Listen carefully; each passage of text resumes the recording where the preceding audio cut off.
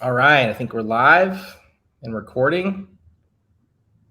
Let's see, got my screen. All right, we can give people a few minutes to dial in. This recording is going to be, or this webinar is going to be recorded too, so we can share it out after the fact. Really excited as hell to be a part of this conversation today with Brett Bernstein, founder and CEO of Gatsby. We are going to dive off the deep end into A to Z, how to build a successful influencer affiliate program. So excited to get that convo. Before we get into it, just want to do some quick housekeeping and intros. So I think somewhere in this platform, there is a questions functionality, chat functionality. You can also leave emojis. So if you're liking this, pump up the hearts and the smileys. But also, if you've got questions at any point through this presentation about anything that we're talking about, feel free to drop it in at the end. We're going to do rapid fire questions with either myself or Brett. So feel free to drop those in either the chat or the questions area, and I will get to those at the end. And then so for intros here, my name is Micah. I'm the CMO and co-founder of 0 to 1. We are a performance agency that really focuses on high growth and emerging tech and e-com brands, primarily D2C, some B2B, and then I want to introduce Brett, who is the CEO of Gatsby. It's a software that we use as an agency a lot. It's one of our favorite softwares for building out these influencer affiliate communities. And before I butcher, Brett, your intro anymore, I'm going to turn it over to you to introduce yourself. Awesome. No, Micah, you're doing very well on it. Yeah, we love working with you guys at 0 to 1. Gatsby is an application that works with Shopify merchants or outside of Shopify. It doesn't matter to us. But it helps you run a successful and large-scale ambassador program. One of our sort of differentiators in the market is we've built very close partnerships and integrations with tools like Shopify, but also Klaviyo, Attentive, Gorgeous, Loyalty Lion, Stamped, Yotpo, Loyalty, Yotpo SMS, Bump, all these different tools so you can automate engagements with your Instagram community. So for example, if a customer tags you on Instagram, fire off a Klaviyo flow with a thank you, maybe a reward. If a customer posts a TikTok video about your brand, you can fire off some loyalty points from Loyalty Lion or Yotpo, for example, or Stamped. So that's what we do. We really take Instagram data, TikTok data, we ingest it, we tell you information about your customers and your community, and then we help you automate engagement from that point using the tools you already know and love. Awesome. Yeah, when we are speaking with prospective clients, it's like if we hear they're on Shopify, it's like no brainer. You basically, if you're on Shopify, you've got an end-to-end just tool and functionality, like really out of the box that can handle everything, especially with that Klaviyo integration. We found that the engagement communications, email, SMS, is really how you make these types of communities successful. So if you're on Shopify, you need to pay attention. The pricing's right. We'll, I think, later look a little bit under the hood at some of the capabilities and how to best use the platform. Yep. But before we get into it, I do want to fly over a couple things. And just quick intro on 0 to 1.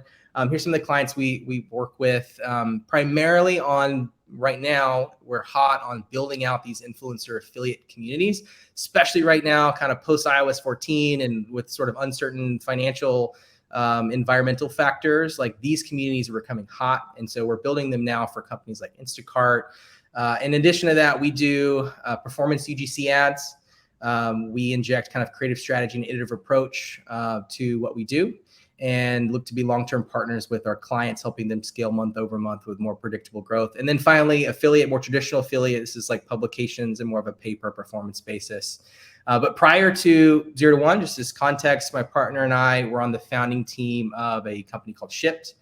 And we're really part of the idea phase there, built that brand all the way to selling to Target after just a few years for $550 million, and really got to experience on the brand side, being a part of every stage of a fast growing company, and really built 0 to 1 after that experience to be the agency that we wish we had during that experience being on the brand side. And so that's what we're helping others do today. High growth emerging companies kind of navigate the journey of idea to their dream outcome through performance and growth. So And then I want to get quickly, we've got a lot to get through today, but for influencer or creator affiliate programs, I want to start with just overviewing at a high level why they are an incredibly powerful marketing channel that everyone should be exploring in 2023, and why we as an agency are extremely bullish about this opportunity.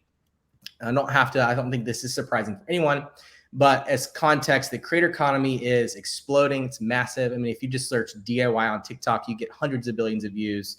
Video games and UGC is a top form of entertainment, and really just kind of paints the overall picture and opportunity, the blue ocean that brands have to come in and capture just a piece of that attention and build a community around a certain interest vertical or their products. And really, it's this idea of building community as your ultimate marketing channel. And I really mean that. I think over the last few years in particular, we've seen affiliate and content and influencer, those worlds have started to converge and naturally are doing that. And what we're seeing as what we're calling these influencer affiliate programs is the perfect blend of all of these functions into what can become your ultimate channel. And there's a few reasons for that. We're seeing, big brands like Walmart, Amazon, Apple, Disney Plus, Instacart, like lots of big names. Now Target is kind of launched a program underneath the radar, but they are excited about this idea of building a community that they own on their own channels because it gives you an overall more resilient marketing mix.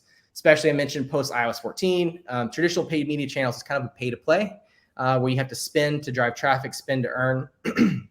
And increasingly over time, particularly the last couple of years, is like it's gotten more expensive to reach a customer, and they're buying less. And so a lot of brands right now, probably yourself included, are looking for ways to unlock new channels that have a high ROI potential.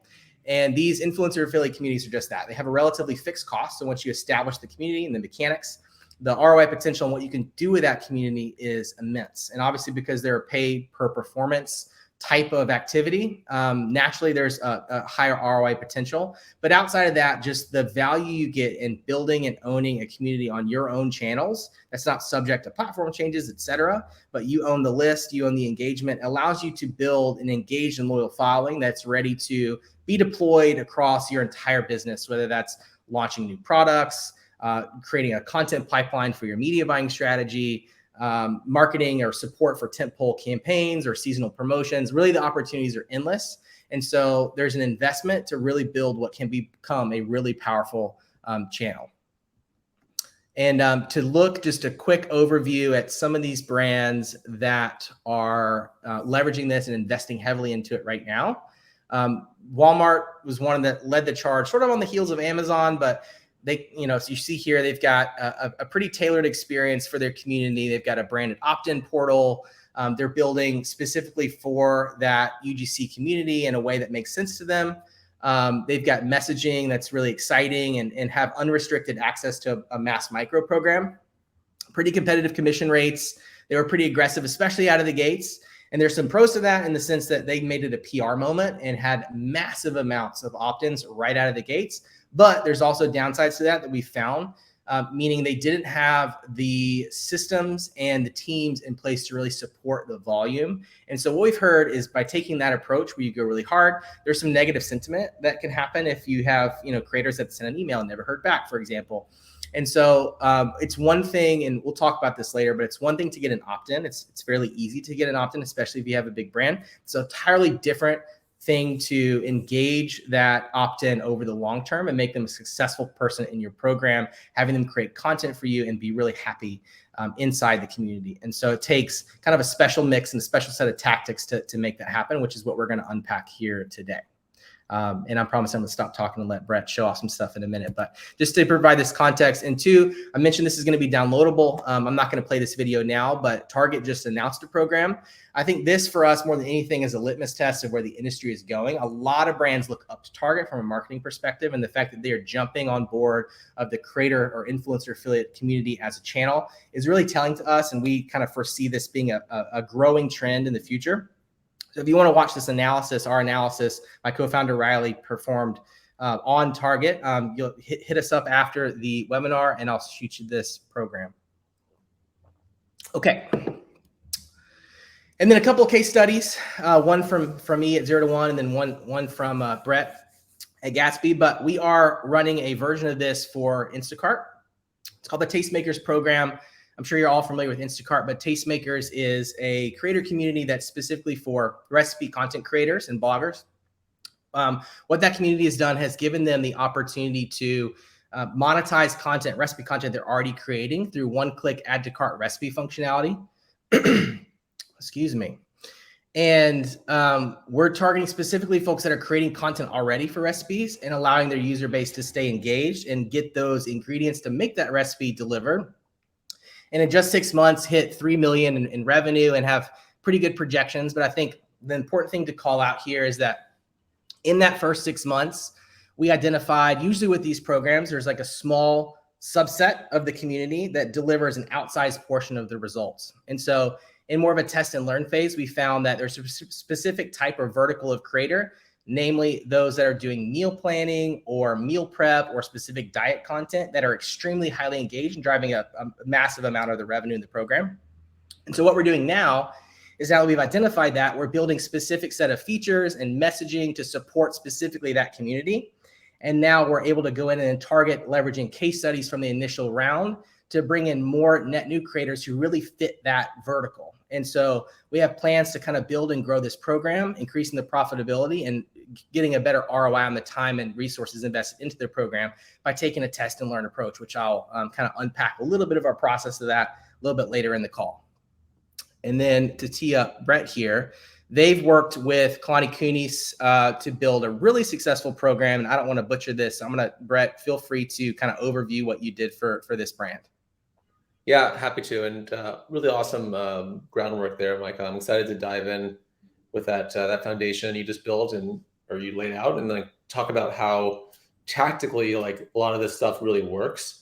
Like the last slide, what was that? 25x every dollar spent on the Tastemaker program, it's 25 or something dollars back in return. Like that's the kind of revenue and ROI brands can expect when they do this right, when they really scale up a program and they take advantage of automation and things that they can't do manually.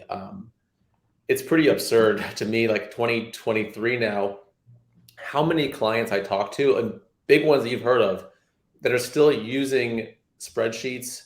They're still using Instagram DMs with their fingertips and like having to respond and manage outreach, collaborations, rewards, all of that through a spreadsheet and somebody manually doing all that work on their own. The problem with this is that you're very limited in how much you can accomplish as a single person, but also the program itself can't scale as large, right? And you can't take advantage of the law of large numbers. So without hiring more people. And as we know right now, it's a pretty interesting job market, interesting economy.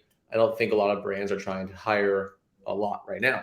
Mm-hmm. So right behind you here is a case study. This actually is a case study published by Klaviyo. It's a Klaviyo case study on Gatsby with our mutual client Kalani Kunis as the subject.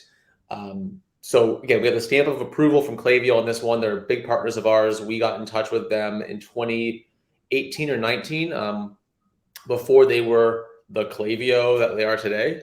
And so we got lucky enough to really build a close partnership with them, and our integration, in my opinion, is the top integration, like the best integration in Klaviyo. So you can see here behind me, this big number I'll call out here is 425K. That is the amount of revenue that they have tracked from their ambassador program over the first 6 months of using Gatsby with their Klaviyo flows. And that represents a significant ROI.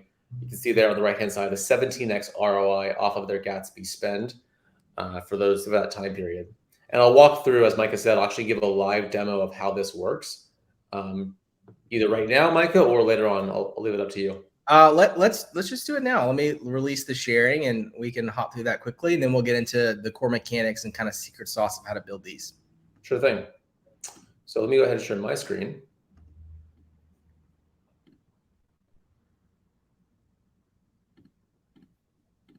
All right. Is the Kalani Kunis Klaviyo form showing up right now? Yep. Cool. So just to kind of keep with the same case study that we were talking about, here is actually the live This is the live website for Kulani Kinis. This is the order confirmation page. So one of the things that really sets Gatsby apart is if you're a merchant who is trying to run an ambassador program or an affiliate program, the very first thing you need is your customers to opt in, right? And they want to become part of your community. If you some tools out there, it could be a lot of complex forms, a lot of things you have to fill out, maybe even connect your PayPal or your social security number to get paid out. With Gatsby, we've made it extremely simple. All you need to do is launch a Klaviyo form that asks for email and handle. That's it. This form, everything else is secondary. Email and handle. We can show here they have a landing page as well with the same form in it. You can scroll on down. They have a whole Sun Chaser program laid out here. But you keep scrolling. There's how it works, all this great information. But all we need at Gatsby is that email and handle. Once that information is submitted, it goes into the Gatsby account. This is, oops, I just closed it. This is our new interface. I'm excited to show it today on this call. That looks a bit like this, where every single person who gives you their handle, we're going to pull in information for them. Actually, I'm in the admin view right now. Let me close that and reopen it. This that I'm showing right now is the current live view. So if you were to install the Gatsby app right now, this is what you would see, but just hang tight because they have a really awesome update coming out. So every person who applies to your program, you'll be able to, you can see like Micah actually probably just mentioned me in a post or mentioned Gatsby in a post. So I can pull it in here, Gatsby's handle or Micah's handle automatically. This is Micah's picture, how many followers he has. Nice job, Micah. And as we scroll over, if they've gone through a form on your website, we'll actually have connected their email address to their handle. And that's part of the secret sauce here, is being able to connect email with handle. So before I go on, Mike, I want you to kind of be my ears here and see if you have any questions at this point. Things that come up you think our audience might be asking. Yeah. So now that you've seen me tag and my email is not registered, what do you do then? Well, so that's a great question. So here you've tagged us in content. I'm going to go down to the mentions area. This is where we can see every piece of content that I've been tagged in. Now, I happen to have 3 different Instagram business accounts connected to my Gatsby account. So I'm going to look at my Gatsby AI one, which is what you probably mentioned. And here it is. Instagram story. You published it. Let's see. You mentioned 8:40 p.m. GMT, which was roughly 50 minutes ago. So we pulled it in. Now this is an Instagram story, so we can't automatically save this high resolution or this content UGC for you because of Instagram compliance.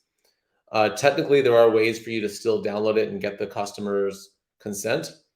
But if we look at a different piece of content, you are able to automatically save every single Instagram story, post, and reel. So I just published an Instagram post right now. It's publishing to Instagram. If I go ahead and refresh this page, we'll see here it is. So this is a story I just published, and I also just published a post. Let's take a look. There it is. There's the post. This is my puppy Sprout. If I download this, it will be a high-res image or a high-res video. You can access that at any time. So you asked the question of, well, you don't have my email address on file. What can you do with the information? Well, automatically being able to save every post, every reel that you're tagged in and track every Instagram story, post, reel that is tagging your brand and pulling in the amount of engagement each piece of content is getting for you. Does that answer your question? Yep. Now let's look at this in the new interface for a second. Let me log into that same. Yeah, so this is the beta. Don't mind a few bugs here and there because I have to load it twice. Let's give this a second to load up.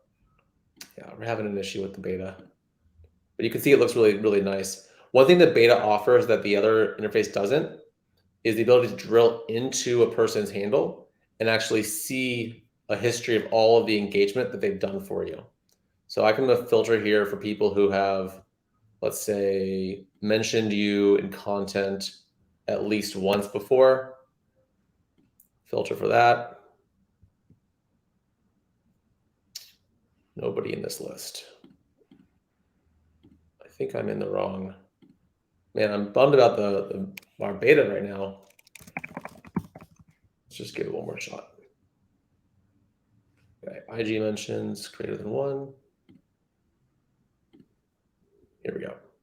So like this person, for example, mentioned me almost 2 years ago now in content. We have a running list here, a timeline view. Every time this customer has tagged you in content, how many followers they have, as well as every piece of content they tagged you in this interface right here. So I'm gonna, I think, move on now to the Klaviyo use case with the automation with emails, but anything else you want to ask first, Micah, before I move on? No, let's jump into the emails. Yeah. So let's go back. So imagine you filled out this form. You're a customer of Kulani Kinis and you want to join their community. That information goes to Gatsby. Gatsby pulls in your information, like how many followers you have. And then we sync all this data back to the Klaviyo record. So here I am in Klaviyo. If I pull up a profile of somebody in my Klaviyo account, like this one, first thing you'll see here is I know that in Klaviyo, this person has tagged me in content before. Here it is, April 12th. This customer tagged me on Instagram. We have an event in Klaviyo for that. And furthermore, if I look down here, I can see how many Instagram followers they have as well inside of Klaviyo. So those of you on the call who understand Klaviyo are probably realizing where I'm going with this right now. You have all of your customer data in Klaviyo. You have what they've opened email-wise. You have what they've ordered from Shopify or wherever your backend is. You have their geography, maybe even the demographics. And you can now layer in their influence on top of everything else you know about them. So what that allows you to do is run really impressive automations to your customers that say, okay, as soon as somebody fills out that form and Gatsby analyzes their handle, we'll drop them into this first Klaviyo flow that says, how many followers do they have, right? Do they have at least 1 follower to 500 followers? Are they in this range? Are they based in this country? Have they bought at least $1,000 in product before, whatever it might be? If the answer is, they're under this threshold, maybe they get rejected from your collaboration program. But maybe they have between 500 and 10,000 followers and they meet the other parameters you've set. Well, then they'll be automatically approved for your community program, right? For your ambassador program, for your affiliate program, however you want to lay it out. And this can automatically send them an email saying, hey, thanks so much for applying to our program. You are pre-approved for our tier 1 ambassador cohort. Below is a coupon code you could share with your followers, which Gatsby generates that code for them automatically. And we'll give you, let's say, $15 when you tag us in content. So right away, we've gotten rid of that manual amount of work that a social media manager has to do to sort of bring in and vet an application. Now, next up, the next thing we get rid of is having to follow up, right? Keep track on spreadsheets. So Klaviyo can know, hey, has Gatsby sent over a mention event for this customer in the last 5 days? Like, has this customer tagged us in Instagram content since they were made an offer? If the answer is no, they haven't, well, let's remind them to do so, right? It'll send them a reminder. We have even a template email in here for all of these steps. Just a reminder, you're approved. Make sure you know that you can go and share your code. And when you tag us, you'll get $15 off your next order. Right, so all this is built out automatically. Lastly, let's go ahead and just assume that they do fill out that they do complete the post. Well, then that drops them into the next flow here that says, great, you've done the Instagram mention. Here is your reward. It's that easy. I love this. Yeah, we've found that these flows and automations is the secret to scale and the secret to really getting the most out of these communities. We say that success with these communities is measured by how engaged they are. So I mentioned that like it's tough to get, it's easy to get an opt-in, but like having them stick with you over the long term is is where the magic happens. And you really have to engage and educate and inspire people within the community to keep them active over the long term. So that's where we come in, is 0 to 1 is kind of building out the schematic of that, the messaging structure, the offer strategy, and do that for brands in partnership with software stacks like that Gatsby provides. But that's how you do it. These flows are really critical into building a successful program over the long term. And the good news is that it's like with 0 to 1 as the partner, you guys run a lot of this strategy and a lot of the tactical work for the clients, in collaboration with us and with the client. But it's really front loaded, right? Like a lot of the conversation happens up front. What do you want to be offering? What should the email and content look like? And then it's set it and forget it for the most part, right? These flows just run automatically, generating a healthy ROI and more content in UGC. And I love the slide you guys have at 0 to 1 of a flywheel. I think you might have it in this deck coming up. And if not, that's the next slide on the thing. So yeah, let's get there, because that I think really encapsulates the value of using automation and flows to get customers in, getting them sharing the brand, getting more, that then turn gets more customers in, they share the brand. I mean, it's brilliant, and it's pretty easy to set up. Yeah, so this is that slide. We call the community flywheel, but a couple things I want to call out here. And this is just kind of the visualization of the core mechanics of a program. But it almost functions as, we call it an infinity funnel, is another word for it. But because you have that opt-in, that point of opt-in, and it makes it easy with Gatsby at checkout to just validate through social media and then enter it into those automation workflows, as you are with traditional marketing or paid channels driving traffic and conversions to your site, you're capturing what we see as an average of 5% of that enrolled into what becomes your branded community, and which then with automation and workflows and content, you are trying to really create a successful person in your program who engages with you often and posts often through just a unique mix of content that you're delivering to them, as well as offers and incentives. And then, of course, they're driving more traffic and revenue through the program on their own by creating that content. You're also able to capture just an organic pipeline of UGC, which fuels your paid media. And then as you drive more traffic to your site through your paid media efforts, and more successfully through UGC, which is a top performing tactic, more and more people are entering into your community through the opt-in portal. So it creates it almost scales exponentially. The bigger you get, the better you get, and the more impactful and powerful it can get over time. And so it really does create this flywheel if set up correctly, that not only powers your acquisition and drives traffic, but can support you with content that really impacts your entire business and gives you the ability to leverage that community in multiple different ways. And one of the things, Michael, I didn't even mention yet, as an opportunity to kind of bridge the gap is, with paid media, right? Paid social. And I believe you guys do that as well for clients, right? Yeah. So a lot of clients you work with have a healthy amount of incoming DMs that hit their inbox, right?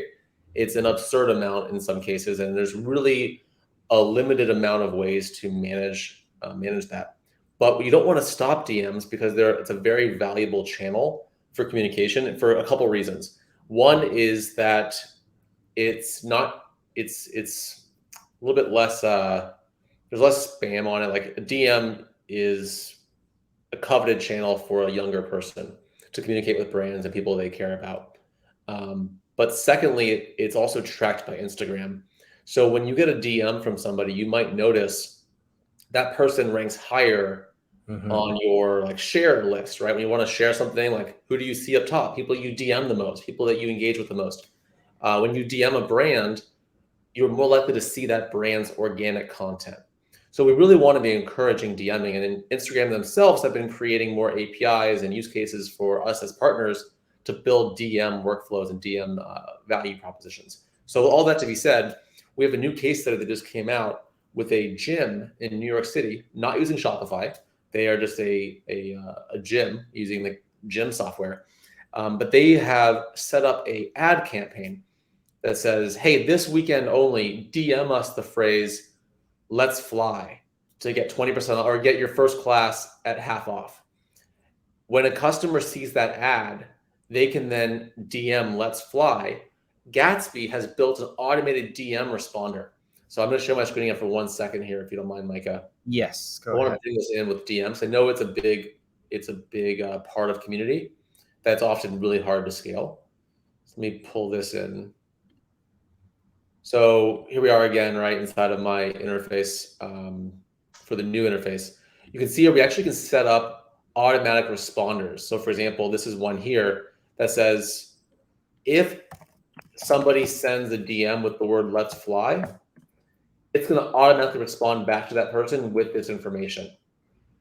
So you can start to build out a DM channel as a acquisition channel, because people will then get your DM with a link to your website, maybe a coupon code to redeem, and you bring them into your funnel that way through Instagram DMs.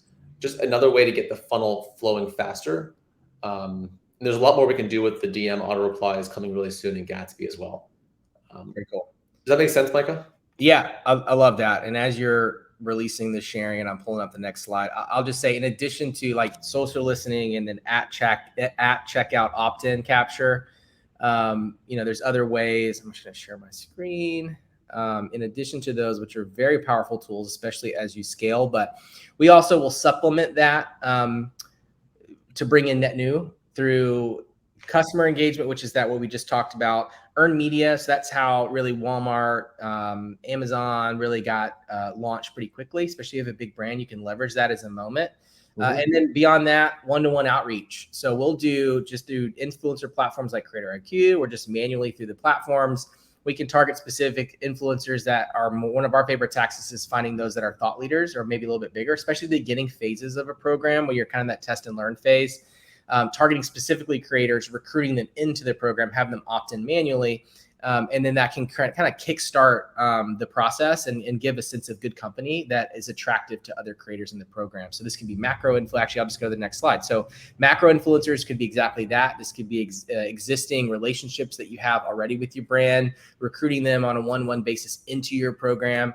And building a case study around them. This maybe have like a unique commission structure or a unique set of deliverables, but you can leverage that attention using a macro creator to then help promote the rest of the program and create excitement and buzz around your program that micro influencers are going to want to kind of follow suit on. Micro influencers obviously big, especially as you scale the program, kind of opening that up for people to join on their own through having like a branded opt-in page, et cetera. And then the customer creators is what we were just talking about, which is making sure you're capturing a percent of your customers that are qualified to be in your community and automatically enrolling them to the program. This kind of creates that bucket underneath your marketing funnels that captures that 5% on average and enrolling them into your program. So the more you are driving traffic to your site, the more people are joining your program. So all three kind of work, and we work to do all three with the brands that we work with. And then for just kind of moving on, how we set foundations. So I mentioned Walmart and Amazon kind of going big up front and the downsides associated to that. We found the best tactic for these is more of a crawl, walk, and run approach, where you almost have like an alpha launch phase where you design and build out your program schematic, your offer, your messaging strategy, and your target verticals that you want to go after. And oftentimes what we found is that of all of the opt-ins, that you're going to have a really small subset that drives an outside portion of the results. And so what makes sense to us is to test. It's almost like a full funnel approach. So initially you're going to test opt-in rates and your subject line, split testing, your offer structure, kind of figure out what is resonating. And then from there, as you get that dialed, you're going to have a few of your community who are really delivering a lot of the results. And so it's identifying who those people are. If there's any trends you can sort of build on top of, how you tailor your program to really support that subset, and then expand it to a wider base. And then as you scale and kind of get that system in place, that's where you kind of get that opportunity to have it start supporting the rest of your business through like performance influencer, maybe a more like an integrated campaign with multiple deliverables, identifying a top performer and kind of building around them, or that UGC pipeline. You can even go a layer deeper. And if you have someone who's creating a lot of content for you and it's resonating, why don't we work with them specifically on building out something with a little bit more creative strategy that's more direct response, but you're kind of building on top of that relationship and validating that opportunity based on performance. So it's less spray and pray. In that, like, growth cycle. You've also got branded campaigns, or promotions. So if you've got a seasonal promotion that you want to support, you've got a community ready to push that for you. We see brands do it for product launches. They'll maybe like pre-drop a products exclusively to their community, maybe gather feedback. It creates some value inside of that community, that perceived value. And then obviously I mentioned supporting PR or live events. There's lots of ways you can kind of get the most out of that community, but you want to start small, kind of develop learnings, iterate on your program, build to support that, and then scale. And then looking at just how we staff up teams, and it's a little, I'm curious, your POV too, Brett, but with us, we're in that like program design, strategy, build, and then management. We see, you can have bare bones programs, which we'll do, which is mostly, the skinned out version. It's pretty simple. It's tech driven. But where we see a lot of the opportunity and a lot of the return on these programs is by really building a highly engaged community that sticks with you over the long term and creates content for you on an ongoing basis. And to get there, you really have to engage them really well. You have to create content for them to feed that community. You have to inspire them on how to be successful and be top earners in your program. You have to do things like create case studies and spotlights and host webinars and things that are designed to really empower that community to perform for you. And that's where we see kind of that added value outside of the core mechanics. But this is how we think about staffing these programs. So if you are thinking about building one internally, it can be pretty bare bones and tech enabled. It can also have different people as a part of that. I think if you are looking to build a long-term community, you're going to want to have an influencer manager, someone who can do that one-to-one outreach for a targeted list. Email SMS is a critical component of that, and it kind of lives and dies by how powerful those automations are.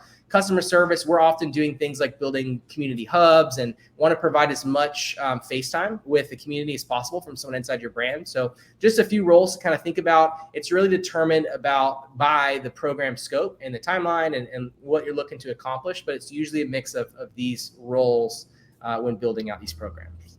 Mm-hmm. Yeah, I mean, you asked for us as far as Gatsby goes. Yeah, we're a software, as our primary business. We are selling you a subscription to the Gatsby license, but on different tiers, we also offer customer success. If you look at our reviews on the Shopify App Store, we just hit a new one this morning. I think it's over 110, all 5-star reviews now, and a lot of them mention our support and our customer success people by name.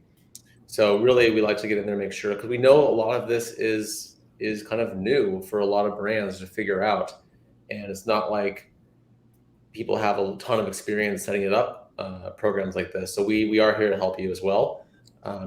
We have more resources on the higher plans to really get in there. And then otherwise, working closely with the 0 to 1 team. If you're a client with a 0 to 1, you'll have access to them, and we'll be supporting on the back end as well. And this is the most common question or objection that we get when talking to brands. They'll already have their lifecycle efforts and a lot of these flows automatically set up already. And so it's like, that sounds great in theory, but like, is this going to cannibalize any of our other lifecycle marketing efforts? We're really trying to get as much AOV as possible. And how does this disrupt that experience? And our answer to that, and I want you to weigh in here too, Brett, but like when done correctly, it actually enhances LTV. If you get creative with your structure, your offer, your commissions, you can actually create, the reason to buy more and to be a more of a brand advocate by giving them that at the right time. But then in addition to that, you're not giving this to everyone because you're able to authenticate with their social and only enroll folks that really make sense and not everyone else. So you're not cannibalizing your normal LTV lifecycle marketing flows, but only targeting those that can deliver great results for you. Do you have anything to add to that? Yeah, I mean, LTV is a big part of the value proposition from my perspective, because you're getting more people more customers the ability to feel like they're a part of your brand, and you're giving them early access to products, you're giving them incentives, you're giving them more like communication, and we 100% see increases in LTV. That Kalani Keeney's case study where we showed the amount of revenue, actually, if you don't mind, I'm going to share it for one quick second again. That number actually is broken down. If we look at this case study, this is a very detailed case study on the Kalani Keeney's use case. At the bottom of this page, we show the KPIs here. And so this was a quote from Kalani Keeney's. We can see here that of the, what was it, 430 some odd $1,000 in revenue, roughly half of that came from the ambassadors themselves buying more product to then go on and post about. Kalani Kitties did not give away free product to their sun chasers. They gave them coupon codes to buy more bikinis and swimwear with. And that resulted in additional revenue and LTV for those merchants. And the other half came from people who were new customers that saw these social posts, entered into that funnel, and bought product with those codes. So yeah, 100% LTV is a big part of the value proposition here. Yeah, especially if you nail the messaging, like, with I mentioned Instacart, but they found that the top performing subset in their community was those that were speaking to like specific diets or meal planning. And the reason why they were so successful is because the audience, while it may be smaller relative to, maybe some influencers, they're very highly engaged because they're following a very specific meal plan or diet regimen.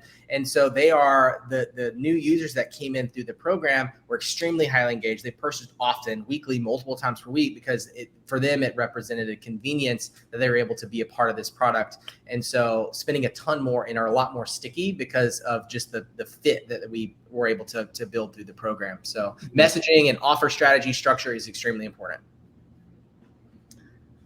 Okay, moving on. Let's get into the core mechanics. So regardless, we build these programs. Love Gatsby. It's our number one favorite software, especially if you have the right Shopify mix.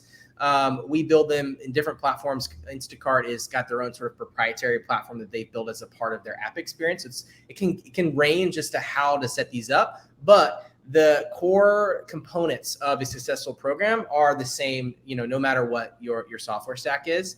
But software, certainly the automation, the at scale, the almost the CRM capabilities and the nurture of that life cycle of someone in the community is extremely important.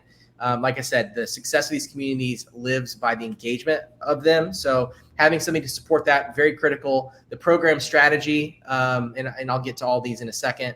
The program strategy is, the sequences, flows, optimizations. You're always going to want to split test subject lines. You're trying to take a full promo approach across your entire experience and always be testing and iterating to improve the overall results, ultimately with that ROI as sort of the North Star, but getting a little bit more granular across your funnel and measuring that on a monthly basis. The creative strategy is very important. How you construct that messaging, offer, campaigns, challenges. I mean, I can kind of walk through some examples. Before I get through these, though, is there anything on the software side? I know we walked through some of that towards the beginning of the call. Is there anything that you want to add to that piece? I mean, like I kind of mentioned in the very beginning of my introduction, this Gatsby Shopify Klaviyo is the dream tech stack for us to be a part of. But we have a lot of integrations that are built out, and we're not independent of other tools. So for example, we have basically feature parity of our Klaviyo integration with an attentive OmniSend and SMS bump. So you can send out emails and SMS to other tools you might be using. I love the loyalty component. So bringing in loyalty is a really good example. I sent out an email to some clients last week. One of our customers, their company name is Poppy Barley, and they did a little case study with us as well because they set up a custom integration to fire off loyalty points through a Klaviyo flow. Like, long story short is it's very dynamic. Like, we take all this Instagram data and we serve it up to you in a way that's very malleable, and you can use it to trigger different reward sequences and communication throughout your tech stack. So I want a lot of people watching probably are using Shopify and Klaviyo. Some of them are using Gatsby. But if you're not using those tools, don't fret. There are ways to build a similar type of flywheel using the tools you are using. Very cool. Thumbing through some of the stuff we already spoke kind of in detail about the flows and the sequences, which are important. Creative, I mean, obviously creative is king. And so doing that and really taking a test and learn approach is really, really important. Klaviyo makes that easy, but you can do it with any sort of email software at your disposal primarily. We love, I mentioned engagement is kind of the measure of success on these. Community management and providing a hub is a best practice that we've seen. There's tools like School here, which can do like leaderboards or a community chat where like top comments can be bubbled to the top, or you can pin certain comments. These communities really need to be onboarded well and given all the information they need to be successful and feel a part of something bigger. Really, you're building a community here. So fostering that community vibe is really important. Having access to FaceTime on somebody in your brand, whether that be webinars or being available in the chat, really important. We'll often do content that's developed even as modules. So, and with a platform like School, or, you can do this with any platform. I mean, sometimes it's hosted on Notion. We've done that before. Sometimes it's hosted on Facebook groups. Sometimes on, just a normal website, but like providing a module on how to get started, tips, content 101. Here's a case study on performance on how X person in this community is doing X amount of dollars in the program through creating content. You want to have a place to house all that content so people can get there, they can figure out the answers they need to get started and not get hung up in the process. As with any community, any sort of funnel, you'll find, especially early on, like the areas that are sticking points that people will fall off. So you might have people opt in, but like a smaller percent actually activate and create their first content.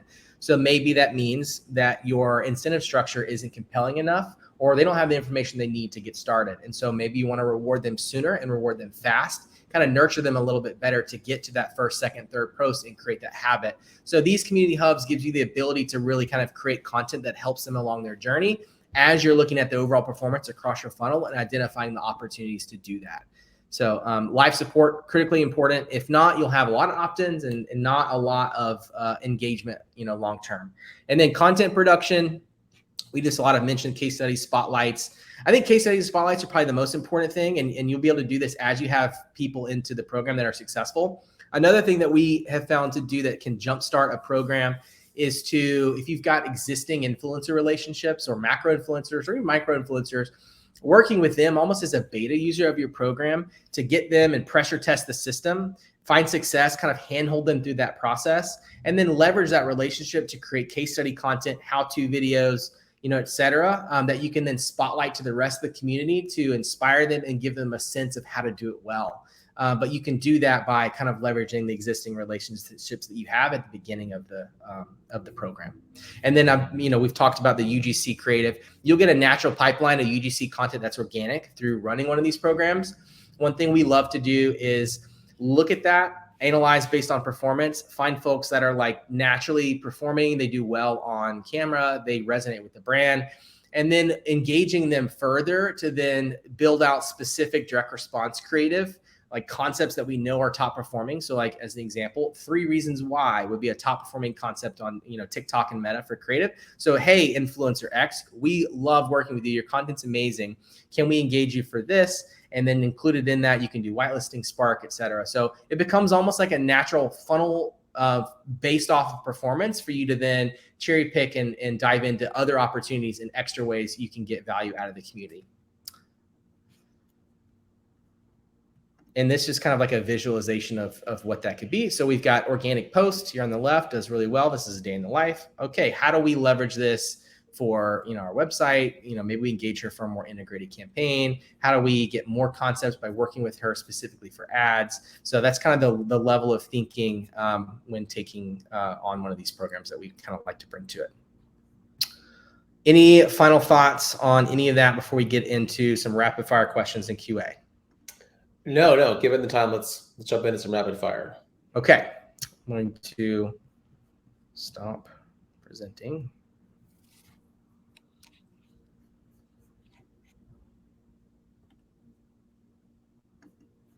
Stop sharing. Okay. All right, got a couple questions from some folks on my team. So everyone's curious about AI right now. You guys, I think you have AI in your URL. So yeah, we do. What is the future of the creator economy with AI, and what do you think this space looks like in the next 2 to 5 years? Yeah, so we got the domain Gatsby.ai years ago, kind of during the last big AI, focus.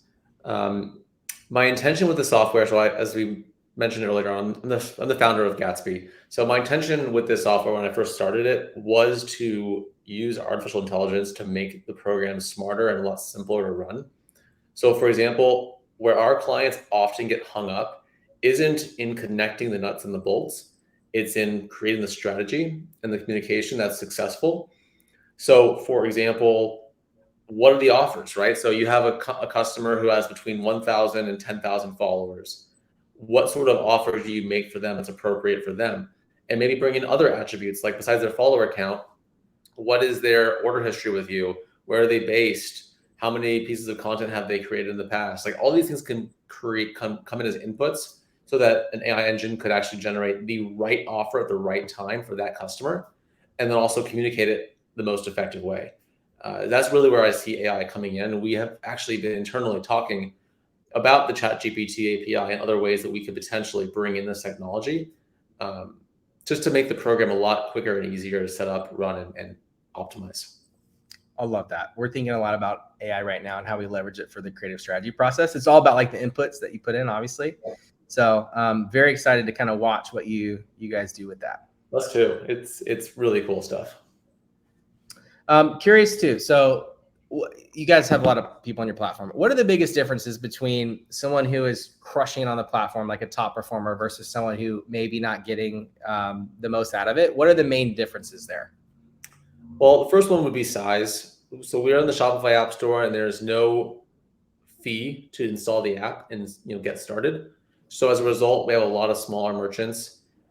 Unfortunately, like we are not a database of influencers. You can't come in here and just search the universe to find people who have posted about shoes before, right? So we are what's the word? Not linear, but like exponentially more valuable as your business grows, because you'll have more people entering that funnel and more need for our analysis and our automation. So the first thing that really sets apart is just size. We like to work with clients that are doing at least $1 million in revenue in a year, just so we can kind of make sure there's enough value we can provide. But then second from that is going one step beyond the automated flows. So automated flows is like the baseline use case that gets you value, gets you ROI. But the Kulani Kini is a great example of this. Those that really get the next level of engagement are those that are running one-off giveaway campaigns or one-off product drops, or you create a new lookbook for your spring catalog. Rather than just releasing it, send in a message to your Gatsby community first. Say, hey, here's our new lookbook. It's not published yet for the broader audience, but take a sneak peek. Take your favorite page from the lookbook, post it as a story, and you could be entered to win, our Ambassador of the Month program, or other ways to incentivize them to do that. So that's really the way to maximize your impact. Is don't just focus on the automated flows, but actually use these people who have said, yes, I want to be part of the community. 100%. Give me reasons to get involved. Especially if you're doing media buying. I mean, like getting that pipeline of UGC is invaluable. An opportunity to kind of build relationships with the best creators and do month over month engagement. I mean, that alone can make this type of operation worth it. And just to kind of give a sense too on our side. So like we're the sweet spot for someone to kind of come in and manage end-to-end these programs and build it A to Z and do the community management, the content creation, et cetera. That's about 10 to 20 million or higher a year is really kind of our sweet spot. And it makes sort of the ROI that time worth it. I mean, the 1 million threshold for us is really the low end. But yeah, when we get into those higher levels, it's like our success rate is just, it's so good. When a brand has that size to it, and it has unique problems that come with that, you might think, oh, it's so much easier when you're bigger. That's not true, because you have a lot more spam coming in your front door, a lot more like stuff to navigate through, a lot more. It's messier. And that's where you really need some of these tools as well. So yeah, I guess if we can switch gears for 1 second, I want to ask you, Micah, the same question. Like, you have a lot of clients. What are some reasons why a client would be really successful with 0 to 1 versus those that are not as successful? Yeah. Well, I think I hate to piggyback on your answer, but people who think a little bit broader with, obviously there's the core mechanics and the ROI is the North Star, and you got to have a profitable programmatics base. But the successful ones are the ones that figure out how to leverage that, particularly the content across the rest of their organization and those relationships to kind of move along, whether it be brand, partnerships, their growth team, like having that synergy and the ability to have this deployed across multiple areas of this business is really important. Sometimes within, especially bigger companies, like that can be siloed. You might have an influencer team, and getting the value kind of distributed across other areas of the company can, take some politics and some positioning that, we can certainly help with. But I think that is where you see massive amounts of value. And then I think where people get tripped, I mean, with this, you want to not have the content with a fine-tooth comb. You want to like give the audience the ability to create content and have as much scale as possible, and not try to tightly manage it, but letting creators do their thing and really just try to spend your energy on not policing, but like empowering and inspiring the community to do it. That's a really good way of saying it. Yeah, not policing, but empowering. That's really well said. Curious. So at the top end of the brands that you're seeing on the platform, what is like the dream state, like the % of revenue that you could potentially achieve if done well? Yeah.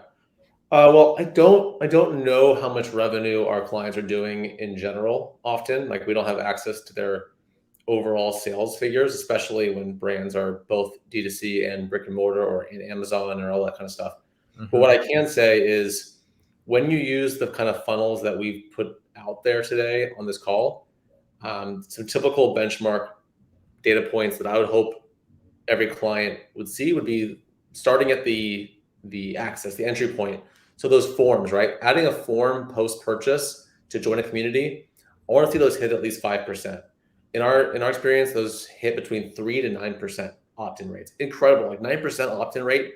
Nearly 1 out of 10 customers saying, "Yep, I want to join your community and get more involved." That's honestly unreal. But 5% is pretty solid. If you have that form on a landing page, you drive traffic to it through, let's say, a campaign or through the DM auto replies. That's typically above 30% opt-in rates. So you want to make sure you kind of hit those opt-in rates on the forms. Secondly, when somebody applies to the program, you should have it, based on our law of large numbers, over half of them should have over 500 followers each. Many times it's half is over 1,000 followers each based on your industry. So you want to see the good threshold of them actually would be qualified at a high level to be part of a collaboration and get some sort of incentive for posting content. Thirdly is actually the conversion rate on posting content. So once somebody comes into a flow, about 12% of the time, they will go and publish content for the brand based upon the automated sequence. So that's again, law of large numbers. We have a ton of data points on this, and it's always amazing to me that it does seem to come around to the 12% range. And lastly would be conversion on sales. So how many ambassadors drive revenue? And that is going to be so variable based upon who you're giving codes to, what those codes are worth, how you're messaging that communication. But those first 3 points I do like to see as the standard. Yeah, and that's a good sort of call out to get to the right offer mix, the right strategy, test and learn. You got to kind of figure that out and monitor success and then optimize around that. Great points. Well, I want to be respectful of your time. I know you're a busy guy. This has been an incredible chat. Maybe we'll get the chance to do it again. We'll provide the webinar after the fact, maybe the deck too. So, and if you have any questions, I'm sure you can find us on LinkedIn, available to chat for anybody who's interested. Micah, thank you so much for having me on. Thanks. Take care.